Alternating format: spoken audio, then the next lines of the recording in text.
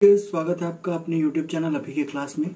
आज का जो हमारा वीडियो है वो क्लास 12 के जेनेटिक्स यूनिट का principle of inheritance and variation यानी वंशागति तथा विविधता के सिद्धांत का एक टॉपिक है जिसका नाम है मोनोहाइब्रिड क्रॉस। ठीक है, ये स्टार्टिंग है मोनोहाइब्रिड क्रॉस, जिसको हम कहते हैं हिंदी में एक संकर क्रॉस।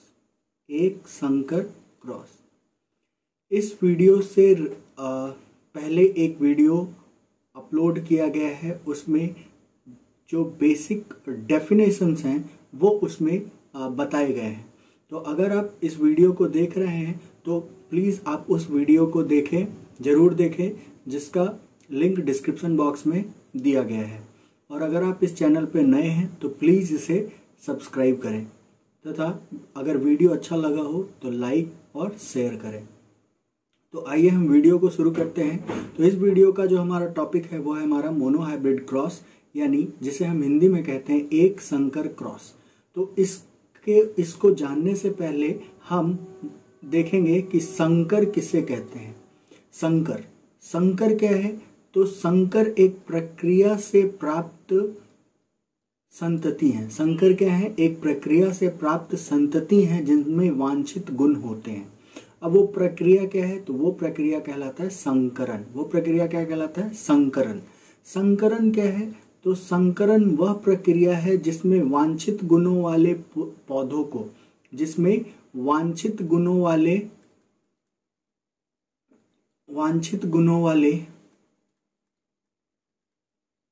पौधों को क्रॉस कराया जाता है। ठीक है, तो उसे हम क्या कहते हैं? उसे हम संकरण कहते हैं। और इनसे प्राप्त जो संतति होते हैं जिनमें वांछित गुण निहित हैं, उसे हम क्या कहेंगे? उसे हम संकर कहेंगे। ठीक है, तो इसमें हम लोग को सीखना है, या इसको जब हम देखेंगे तो ये हमारा पूरा मेंडल के अवलोकन, यानी मेंडल ने जो अपना नियम प्रतिपादित किया है वो किसके आधार पे किया है, वो किसको जिस आधार पे उन्होंने किया है, उन सारी चीज़ों को इसमें देखेंगे। तो उन्होंने अपना जो नियम प्रतिपादित किया है, जो भी नियम उन्होंने बताए हैं, जिसको हम आगे देखेंगे एक एक करके, वो सारे के सारे नियम जो मटर के पौधे हैं उन पर कार्य किया गया था, यानी उनके ऊपर प्रयोग किया गया था। और ये प्रयोग कैसा था? तो इनका जो नेचर था वो था अवलोकनात्मक, यानी उन्होंने बीजों को बनाया, यानी बीजों को उगाया और उसको नोट डाउन किया और उसको आर्कटिक ब्रून सोसाइटी में, वहाँ पे नेचुरल साइंस सोसाइटी में वहाँ पे उन्होंने पेश किया। जिसके बाद उसको यहाँ पे जिनकी बातों को बाद में वहाँ पे नहीं माना गया, जिसका सारा रीज़न हम लोग पिछले वाले वीडियो में कर चुके हैं। तो अगर आप उस वीडियो को देखना चाहते हैं तो लिंक डिस्क्रिप्शन बॉक्स में दिया गया है। तो यहाँ पे जो मेंडल ने अपना प्रयोग किया था उसमें सबसे पहले उन्होंने क्या किया था? तो पहला उन्होंने क्या किया था? उन्होंने सेलेक्ट किया था किसको? सेलेक्ट किया था पी प्लांट को, पी के पौधे को। किसको सेलेक्ट किया था? पी के पौधे को, यानी मटर के पौधे को, जिसका साइंटिफिक नाम क्या है? Pisum sativum. ये कभी कभी हमारे बोर्ड में क्वेश्चन पूछ लेता है। बिहार बोर्ड में क्लास 12 के बोर्ड में ये क्वेश्चन पूछता है कि मटर का साइंटिफिक यानी वैज्ञानिक नाम क्या है? तो वैज्ञानिक नाम क्या है? Pisum sativum. ठीक है, तो सबसे पहले उन्होंने मेंडल ने क्या किया? सबसे पहले मटर के पौधों को चुना। मटर के पौधों में भी कितने गुणों को चुना? तो 7 गुणों को चुना। ठीक है, शुरुआत में तो उन्होंने 34 गुणों को चुनने वाले थे, लेकिन फिर 22 गुणों पे आए, फिर फाइनली उन्होंने 7 गुण को सेलेक्ट किया। अब इन 7 गुणों वाले पौधों के बीच में उन्होंने एक प्रोसेस कराया जिसको कहा गया संकरण। ये प्रोसेस क्या कहलाया? संकरण। तो संकरण क्या था? तो संकरण वह प्रक्रिया है जिसके द्वारा वांछित गुणों वाले पौधों को, यानी वांछित गुण यानी वैसे पौधे जिनमें हम वो लक्षण चाहते हैं कि वो पौधे ऐसे होने चाहिए, जैसे लंबे, बौने, बीज का रंग, बीज का आकार, वो सारे वांछित गुण थे। ये जो 7 गुणों वाले, ये जो 7 गुण हैं, इनमें से कोई एक गुण उनके अंदर होने चाहिए। तो जब उनका क्रॉस कराया गया, जब उनको मिलाया गया, मेल और फीमेल के प्लांट्स को आपस में क्रॉस कराया गया, तो उनसे उस प्रक्रिया को हमने कहा संकरण। उस प्रक्रिया को क्या कहा? संकरण। और उनसे प्राप्त जो संतति हुए उसको बोला गया संकर। इनमें वांछित गुण निहित होगा, इनमें वांछित गुण निहित होगा। तो पहला प्रोसेस उन्होंने क्या किया? पौधे को सेलेक्ट किया। दूसरा प्रोसेस क्या किया? उससे संकरण कराया उसका, यानी उनका दूसरा प्रोसेस क्या था? संकरण। और तीसरा प्रोसेस क्या था? तो इस जो संकर बीज थे, ये किस रूप में प्राप्त हुए उन्हें? बीज को। और इस बीज को क्या किया? उन्होंने ग्रो कराया। कहाँ पे? मिट्टी के ऊपर, ठीक है। और उसके बाद उन्होंने अवलोकन किया कि किस तरह के पौधे यहाँ पे ग्रो होते हैं, ठीक है। तो उसको उन्होंने नोट डाउन किया। और ये 7 सालों तक उन्होंने किया। कितने दिनों तक? 7 सालों से 7 सालों तक। 1856 से 1863, 1864 में वो नियम लेके पहुंच गए आर्कटिक ब्रून नेचुरल साइंस सोसाइटी के पास, और जहां पे उन्होंने अपना एक्सप्लेन किया, लेकिन इनकी बातों को नहीं माना गया। तो 3 प्रोसेस किया गया। तो संकरण यहाँ पे क्या है? तो संकरण है वांछित गुणों वाले पौधों का, ठीक है। तो अब जब ये संकरण एक जोड़ी लक्षण के आधार पे किया जाता है। एक जोड़ी मतलब जैसे लंबा है, यानी लंबाई का गुण अगर लिया गया तो उसमें क्या हो सकता है? या तो लंबा हो सकता है या तो बौना हो सकता है। तो लंबा और बौना ये एक जोड़ी वांछित गुण है, एक जोड़ी है, ठीक है। इसके तो जब एक जोड़ी वांछित गुण, जो वांछित गुण है, जब वो एक जोड़ी होता है तो वो कहलाता है एक संकर क्रॉस। फिर क्या होता है? द्विसंकर क्रॉस। फिर हम लोग बोल सकते हैं इसको त्रिसंकर क्रॉस।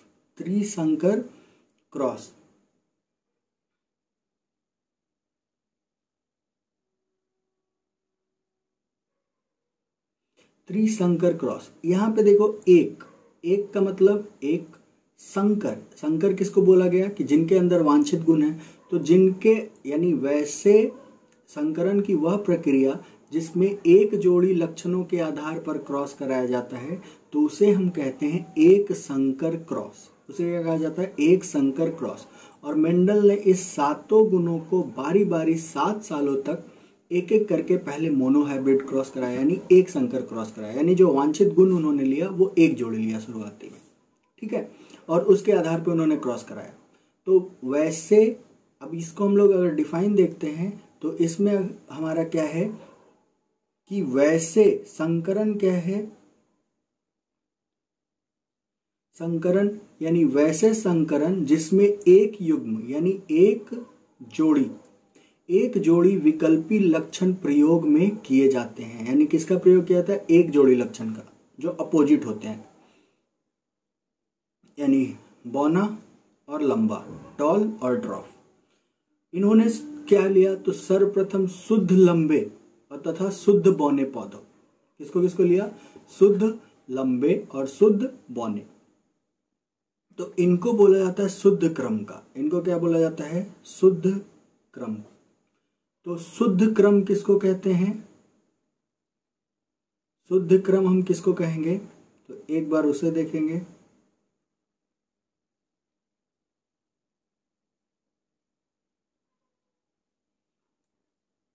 तो क्या है? शुद्ध क्रम। तो शुद्ध क्रम के पौधे, इसको इंग्लिश में बोलते हैं प्योर लाइन। क्या बोला जाता है? Pure line. तो शुद्ध क्रम के पौधे वैसे पौधे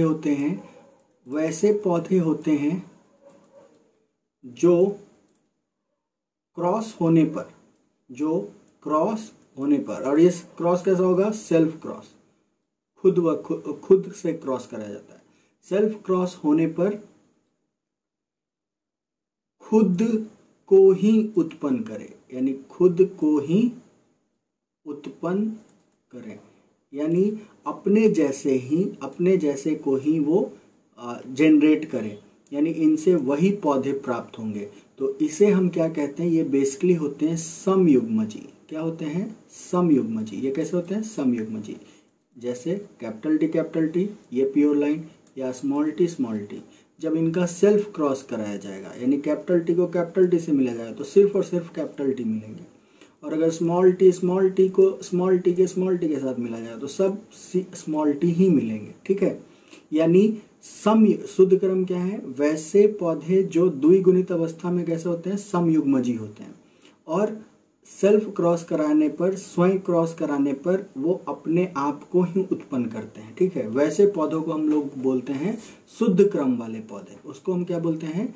शुद्ध क्रम वाले पौधे। तो मेंडल ने क्या किया? मेंडल ने सबसे पहला क्या किया? तो मेंडल ने सबसे पहला ये शुद्ध क्रम वाले पौधे लिए। तो शुद्ध क्रम में भी कैसे? तो प्योर टॉल, किसको लिया? Pure tall. सबसे पहला लिया उन्होंने प्योर टॉल को और प्योर ड्रॉफ को। किसको? प्योर टॉल और प्योर ड्रॉफ को।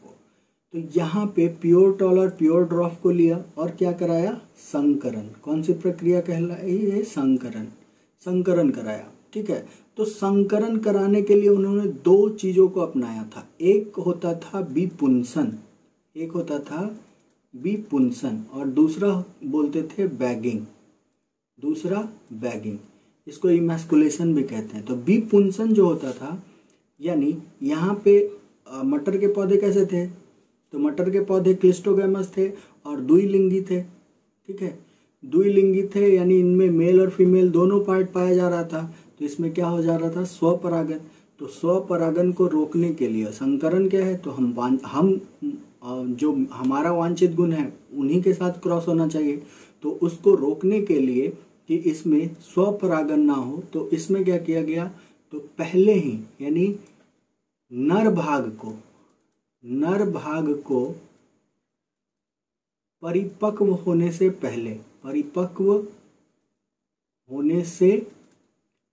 पहले काट दिया गया। उस प्रक्रिया को क्या बोला गया? विपुंसन। और बैगिंग क्या किया गया? तो ऐसे वर्तिकाग्र है, इस वर्तिकाग्र के ऊपर कोई और पॉलन ना आए, इसके लिए इसको क्या कर दिया गया? इसको कवर कर दिया गया है। इसको क्या कर दिया गया? इसे कवर कर दिया गया। किससे? तो इसको कवर कर दिया गया एल्युमिनियम फॉइल से। ठीक है, तो इस कवरिंग को क्या बोला गया? इस कवरिंग को बोला गया बैगिंग। इस कवरिंग प्रोसेस को क्या बोला गया? बैगिंग।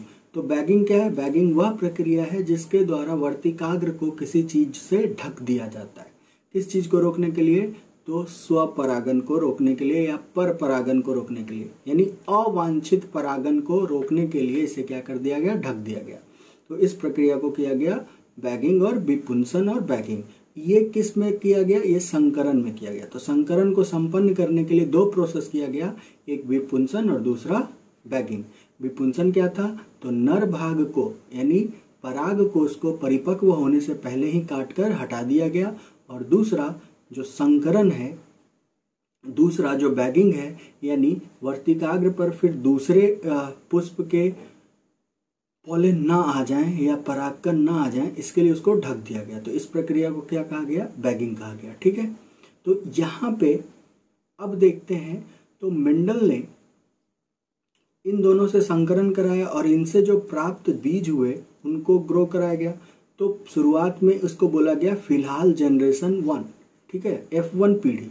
और उन्होंने चेक किया कि F1 पीढ़ी के सारे जो पौधे हैं वो लंबे हुए। वो क्या हो गए? लंबे हो गए। और उन्होंने जो F1 पीढ़ी था उसको सेल्फ क्रॉस करा दिया। उसको क्या करा दिया? Self cross. ठीक है, जब उसको सेल्फ क्रॉस कराया तो उन्होंने देखा कि उसमें जो 4 पौधे प्राप्त हुए, 4 में 3 जो थे वो लंबे थे, 4 में 3 लंबे थे और 1 बौने थे। तो शुरुआत में देखा गया कि सारा का सारा लंबा, और फिर बाद में देखा गया, दूसरी पीढ़ी में देखा गया कि 3 लंबा और 1 बौना। तो उसके आधार पे मेंडल ने जीनोटाइप और फिनोटाइप बताया। फिनोटाइप क्या होता है? तो समलक्षण। सम मतलब सामने, लक्षण जो प्रकट होता है, ठीक है। जो जीनोटाइप के कारण जो जीवों में लक्षण प्रकट होता है उसे हम क्या कहते हैं? फिनोटाइप। और जीनोटाइप क्या है? तो जीनों की व्यवस्था, ठीक है, जीनों की व्यवस्था का क्रम जो अलग अलग प्रकार होता है उसे हम बोलते हैं जीनोटाइप। तो इसमें चार तरह में एक तरह का दो जो थे वो समयुग्मजी निकले, जिसमें पेरेंट्स थे, एक कैपिटल टी और दूसरा स्मॉल टी। तो ये दोनों अलग अलग प्रकार है, इसलिए इसके लिए आया 1:1। और ये दोनों अलग अलग, यानी कैपिटल टी और कैपिटल टी दो मिले, तो इसलिए जीनोटाइप जो होता है वो होता है F2 पीढ़ी का 1:2:1। और फिनोटाइप जो होता है 3 लंबे और 1 बौने, तो इसलिए इसका होता है 3:1, F2 जनरेशन का मोनोहाइब्रिड क्रॉस का रेशियो, ठीक है। अब मेंडल ने क्या किया? तो मेंडल ने इस अवलोकन के आधार पे कुछ नियम प्रतिपादित किए, ठीक है। तो उन्होंने कुछ जो नियम दिया, उस नियम में पहला नियम था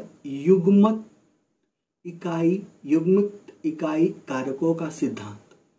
उन्होंने उनके अकॉर्डिंग ये बोला गया कि जो भी गुण है वो किसके द्वारा नियंत्रित होते हैं? तो वो जिन के द्वारा नियंत्रित होते हैं। किनके द्वारा? जिन के द्वारा।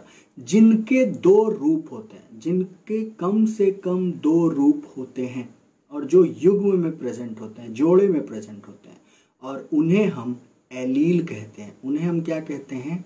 एलील कहते हैं। एलील कहते हैं या एलीलोमॉर्फ। इन्हें क्या कहा जाता है? एलीलोमॉर्फ।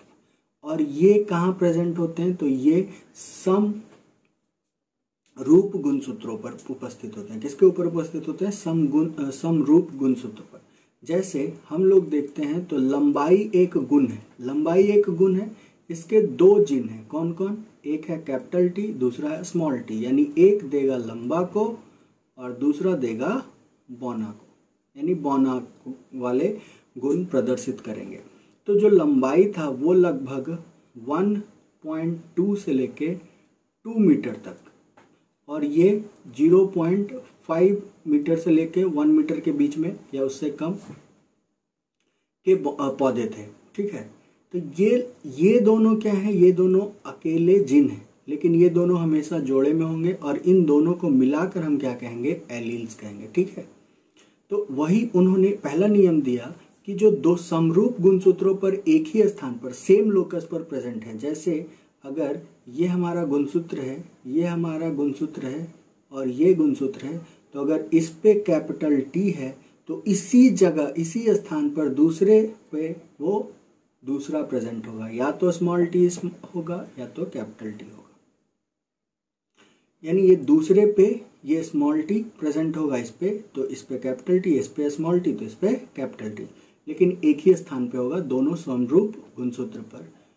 2 इकाई कारकों द्वारा एक व्यक्ति में आनुवांशिक रूप से गुणों को अभिव्यक्त करने पे वो रेगुलेट करता है उसको, ठीक है, नियंत्रित करता है। यानी इस नियम में, पहले नियम के अनुसार, युग्मित इकाई कारकों का सिद्धांत के अनुसार यह कहा गया कि किसी भी गुण को निर्धारित करने वाले या अभिव्यक्त करने वाले जिन के 2 रूप होते हैं, कम से कम, ठीक है, कम से कम 2 रूप, और 2 से अधिक रूप भी हो सकते हैं, जिसको हम लोग आगे चल के बहुविकल्पता के रूप में पढ़ेंगे, ठीक है। जो इसका क्या है? जो इसका एक्सेप्शन है, अपवाद है। उसके बाद बताया प्रभुत्व का नियम, या इसको हम लोग बोलते हैं प्रभाविता का नियम। प्रभाविता का नियम के अनुसार क्या कहा जाता है कि एक संकर यानी वैसे पौधे जिनमें वांछित गुण उपस्थित हैं, में जब विपरीत एलील या इकाई कारक दोनों मौजूद होते हैं, यानी वैसे में जब दोनों कारक उपस्थित हैं तो उसको हम लोग क्या बोलते हैं? उसे बोलते हैं विषम युग्मज। क्या कहते हैं? विषम युग्मज या विषम युग्मजी। तो कह सकते हैं प्रभुत्व का सिद्धांत क्या है कि विषम युग्मज स्थिति में, किसी स्थिति में? विषम युग्मज स्थिति में जब दोनों कारक उपस्थित होते हैं, विषम युग्मज स्थिति में जब दोनों कारक उपस्थित होते हैं परंतु उनमें केवल एक ही जब अपनी अभिव्यक्ति करता है, यानी बाहर अभिव्यक्त होता है, सामने दिखाई पड़ता है, सिर्फ एक का ही लक्षण दिखाई पड़ता है, तो उससे हम इस अवस्था को कहते हैं प्रभावी अवस्था। इस अवस्था को क्या कहते हैं? प्रभावी अवस्था। और जो दिखाई पड़ रहा है उससे हम लोग कहेंगे प्रभावी, और जो नहीं दिखाई पड़ रहा है उसे कहेंगे अप्रभावी। उसे क्या कहेंगे? अप्रभावी। जो दिखाई पड़ रहा है उसको हम लोग क्या कहेंगे? प्रभावी, और जो दिखाई नहीं पड़ रहा है उसको कहेंगे अप्रभावी। तो यहाँ पे कैपिटल टी जो होता है वो स्मॉल टी पे प्रभावी होता है। तो प्रभावी वाले को हम लोग बड़े अक्षर में लिखते हैं, इसको क्या लिखते हैं?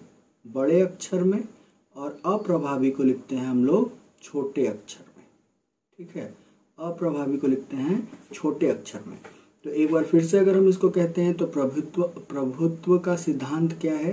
तो प्रभुत्व का सिद्धांत के अनुसार अगर हम देखते हैं तो बोला जाता है कि जब दोनों एलील उपस्थित होते हैं, तो जब दोनों एलील उपस्थित हैं तो इसे हम कहेंगे विषम युग्मज। क्या कहेंगे? विषम युग्मज। तो विषम युग्मज स्थिति में जब दोनों एलील उपस्थित होते हैं परंतु उनमें केवल एक का ही गुण दिखाई पड़ता है, तो इसका जो फिनोटाइप होगा, यानी अभी बाहर जो अभिव्यक्त होगा वो क्या होगा? तो वो लंबा होगा। तो यहाँ पे कैपिटल टी किसको दे रहा है? लंबा को। स्मॉल टी किसको दे रहा है? बौना को। ठीक है, तो ये दोनों प्रेजेंट है, लेकिन जो दिखाई पड़ा वो सिर्फ किसका दिखाई पड़ा? लंबा वाला का, कैपिटल टी वाला दिखाई पड़ा। तो इस स्थिति को बोला गया प्रभावित, इस स्थिति को बोला गया प्रभुत्व का स्थिति, और इसको जो दिखाई पड़ेगा उसको बोला गया प्रभावी। इसे क्या बोला गया? प्रभावी गुण। इसे क्या बोला गया? प्रभावी गुण। और किससे दिखाया गया? कैपिटल टी से या कैपिटल लेटर से। और जो अप्रभावी था वो क्या हो गया? स्मॉल टी, या स्मॉल टी जो है वो अप्रभावी है, उसको छोटे अक्षरों से दिखाया गया। अब तीसरा नियम दिया विसंयोजन का नियम। इन दोनों का बाद में जब पोस्ट मेंडलियन डिस्कवरी हुआ, जब मेंडल के बाद भी इसका अध्ययन किया गया, तो ये दोनों का अपवाद मिला, लेकिन सिर्फ एक का ही अपवाद नहीं है, जिसको हम लोग कहते हैं विसंयोजन का नियम। वि मतलब अलग, संयोजन मतलब जुड़ाव। यानी इसके अनुसार कहा गया कि जब युग्मक का निर्माण होता है तो जो कारक जोड़े में उपस्थित होते हैं वो बिना एक दूसरे पर निर्भर हुए अलग हो जाते हैं, और अलग होकर रैंडमली युग्मक में चले जाते हैं, और युग्मक अगुणित होते हैं, जिस कारण से इसमें एक ही टाइप का, एक ही प्रकार का एलील आता है। इसलिए इसको बोला जाता है युग्मक शुद्धता का नियम। इस नियम के अनुसार क्या बोला गया? इस नियम के अनुसार कहा गया कि जब क्या है, तो ये हमारा एक पेरेंट है, ये क्या है? पेरेंट है, और ये कैसा है? द्विगुणित है। द्विगुणित कब होगा? 2n, यानी जब गुणसूत्रों की संख्या दुगनी होगी। कितनी होगी? दुगनी होगी, तो उसे क्या बोलेंगे? द्विगुणित अवस्था। तो जब द्विगुणित अवस्था होता है तो इसमें क्या होता है? एक प्रक्रिया होता है जिसको बोलते हैं युग्मक जनन। इसको इंग्लिश में कहते हैं गैमेटोजेनेसिस। इसको क्या बोलते हैं? गैमेटोजेनेसिस, युग्मक जनन। युग्मक मतलब अगुणित संरचना, और जनन मतलब उसका बनने का, यानी वह प्रक्रिया जिसके द्वारा युग्मक का निर्माण होता है उसे हम क्या कहते हैं, युग्मक जनन। जिस प्रक्रिया के द्वारा युग्मक का निर्माण होता है उसे हम कहते हैं युग्मक जनन। तो युग्मक जनन से क्या प्राप्त होता है, तो एक संरचना प्राप्त होती है, संरचना जो कैसे होते हैं, अगुणित होते हैं, अगुणित होते हैं। और इस संरचना को हम कहते हैं युग्मक। क्या कहते हैं, युग्मक। इस संरचना को हम कहते हैं युग्मक, जो कि अगुणित होते हैं। तो इसी युग्मक जनन में ये जो दोनों उपस्थित हैं ये क्या होते हैं, ये अलग हो जाते हैं। ये क्या हो जाते हैं, अलग हो जाते हैं और बराबर बिना एक दूसरे पर निर्भरता दिखाए हुए युग्मक में चले जाते हैं। ठीक है। और चूंकि ये अगुणित है तो एक ही प्रकार का इसके अंदर आएगा, या तो कैपिटल टी आएगा या तो स्मॉल टी आएगा। इसलिए इसको बोला जाता है शुद्धता का नियम। क्या बोला जाता है, शुद्धता का। और कौन शुद्ध है, तो युग्मक। तो इसको बोला जाता है युग्मक शुद्धता का नियम, क्योंकि अगुणित होने के कारण इनके अंदर एक ही एलील आ पाता है, एक ही प्रकार का एलील आ पाता है। ठीक है। इसलिए इसको हम लोग बोलते हैं युग्मक शुद्धता का नियम। अब इस युग्मक शुद्धता का नियम जो दिया गया, इसका कोई भी अपवाद नहीं है, इसका कोई भी अपवाद नहीं है, अपवाद नहीं है। इसलिए इसको क्या कहा जाता है, तो इसे हमारा कहा जाता है सार्वभौमिक। सार्वभौमिक।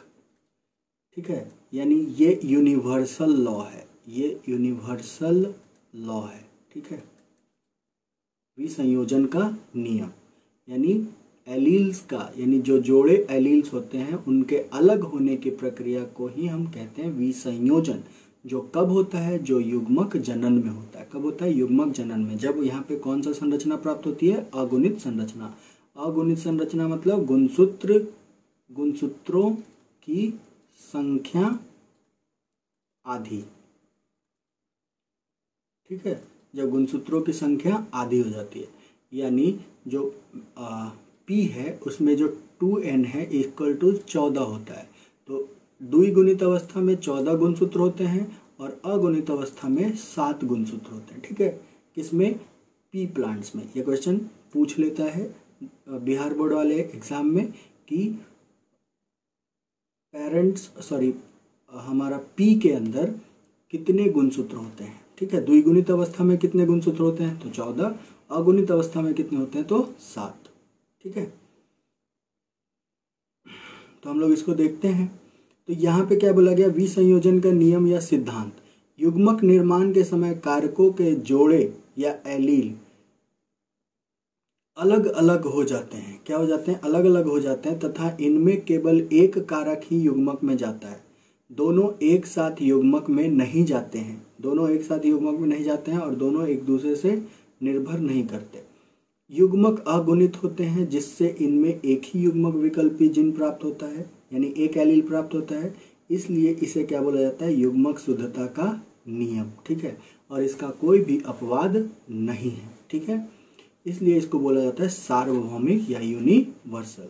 अगर आपको वीडियो देखते हैं हम कि मोनो हाइब्रिड क्रॉस या एक संकर क्रॉस में मेंडल ने एक जोड़ी लक्षण लिया, एक जोड़ी जो विपरीत लक्षण था, एक जोड़ी लक्षण। वो कौन कौन था, वो था लंबाई, वो था लंबाई। लंबाई में भी कौन, लंबाई में कौन था,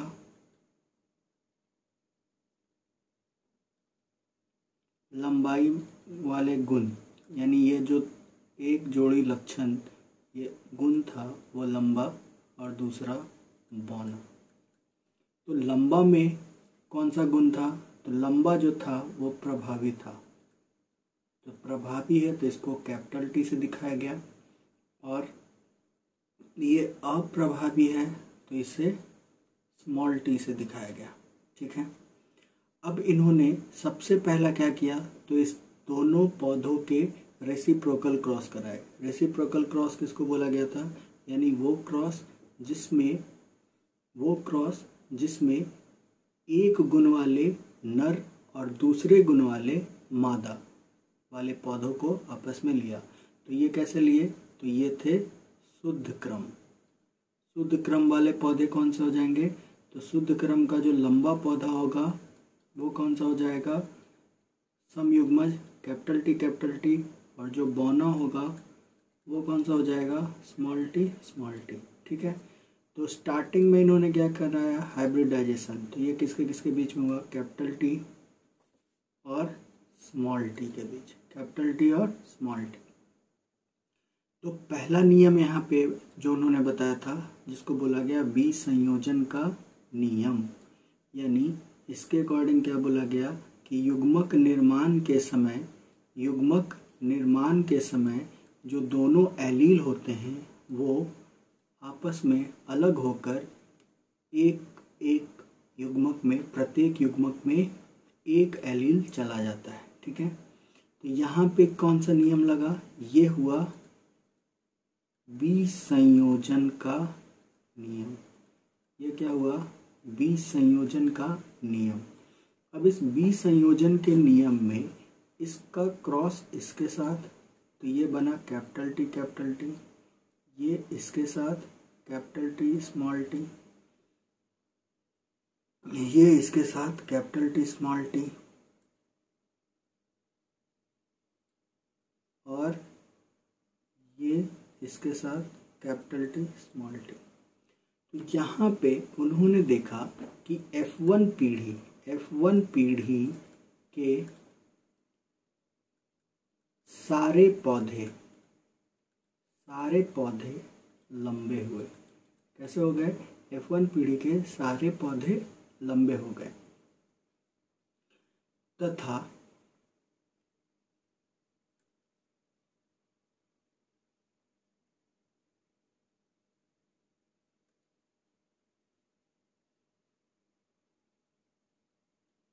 सारे पौधे कैसे हो गए, F1 पीढ़ी के लंबे हो गए। तो सारे पौधे F1 पीढ़ी के क्या मिले उनको, capital T small T.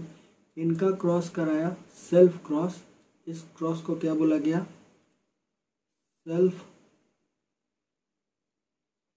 Cross, या इसको बोला गया स्वयं क्रॉस। तो अब यहाँ पे भी बीज संयोजन का नियम लगेगा, कैपिटल टी स्मॉल टी, और ये हो गया कैपिटल टी स्मॉल टी। ठीक है, तो यहाँ से इस युग्मक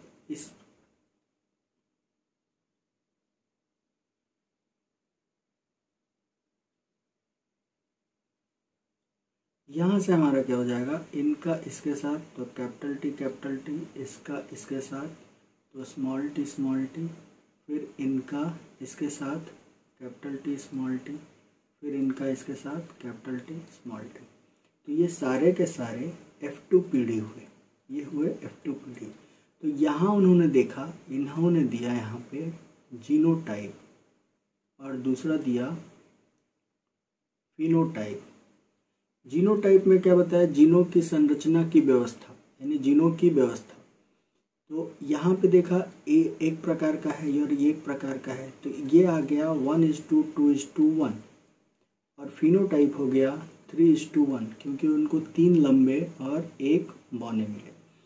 तो यहाँ पे जो प्रभाविता का नियम दिया गया उसमें बोला गया कि विषम युग्मज स्थिति में जब दोनों एलील उपस्थित हैं, लेकिन जो समलक्षण होते हैं वो केवल एक ही होते हैं, जिससे प्रभावी कहा जाता है, तथा जो दिखाई नहीं पड़ते उन्हें अप्रभावी कहा जाता है।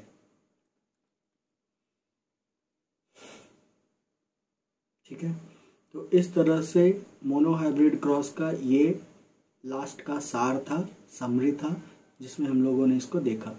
इसके बाद वाले वीडियो में हम लोग डाइहाइब्रिड क्रॉस को करेंगे और उसमें उसके बाद उसके अपवाद को देखेंगे। अगर वीडियो अच्छा लगा हो तो प्लीज़ लाइक, शेयर और सब्सक्राइब करें। Thank you.